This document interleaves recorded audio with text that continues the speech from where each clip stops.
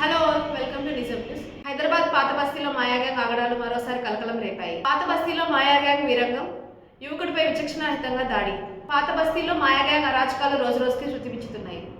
వివరాల్లోకి వెళ్తే, పాత బస్తీలో రోజురోజుకి మాయా గ్యాంగ్ అరాచకాలు శృతిమించుతున్నాయి. తాజాగా సంతోష్ నగర్ పోలీస్ స్టేషన్ పరిధిలో ఓవైసీ నగర్, జవహర్ నగర్ కాలనీలో ఈ గ్యాంగ్ సభ్యులు ఒక యువకుడిపై భౌతిక దాడికి దిగడం తీవ్ర సంచలనంగా మారింది. మాయా గ్యాంగ్ సభ్యులైన సోహెల్, సౌదీ అనే ఇద్దరు వ్యక్తులు బాసిత్ అనే యువకుడిని అడ్డుకొని విచక్షణారహితంగా కొట్టారు. ఎలాంటి కారణం లేకుండా తనపై నిర్దాక్షిణ్యంగా దాడి చేశారని బాధితుడు ఆవేదన వ్యక్తం చేస్తున్నారు. ఈ దాడికి సంబంధించిన దృశ్యాలు స్థానిక సీసీ కెమెరాలు నిక్షిప్తమయ్యాయి. దాడి అనంతరం తీవ్ర గాయాల పాలైన బాసిత్ సంతోష్ నగర్ పోలీసులకు ఫిర్యాదు చేశాడు.